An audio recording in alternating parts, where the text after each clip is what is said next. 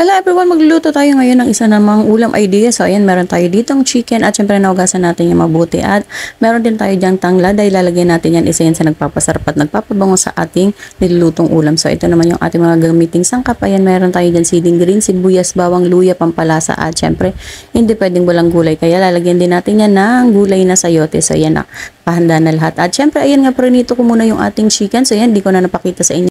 Pero hindi pa yan dyan nagtatapos dahil lulutuin pa natin yan para magawa natin ng isang ulam idea sa ayan.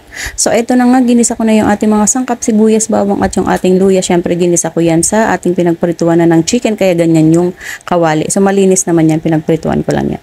So ito na nga, gigisa din natin yung ating chicken na prinito. So yan, gisa din natin yan sa mga sangkap para talaga namang malasang malasa yung ating chicken. So yan, gisa-gisa na ng mga ilang minuto. So, ito na nga, dahil nagisa na natin yung chicken. So, ayan, nilagyan ko na rin yan ng tubig. At, syempre, antayin lang natin yan na kumulo hanggang sa maluto yung ating chicken. So, yan, hayaan lang natin yan na kumulo.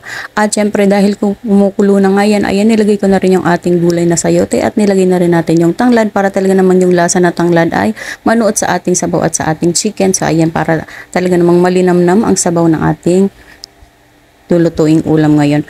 So, eto na nga.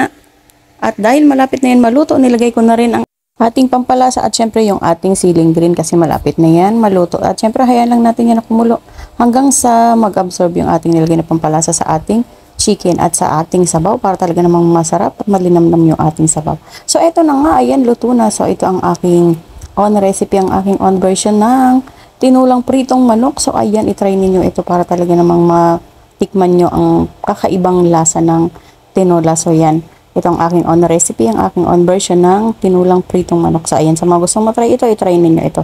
Panigurado pasok ito sa inyong panlasa at syempre sa inyong mga budget. So, ayan, try nyo lang magluto ng ganito. Thank you for watching, everyone!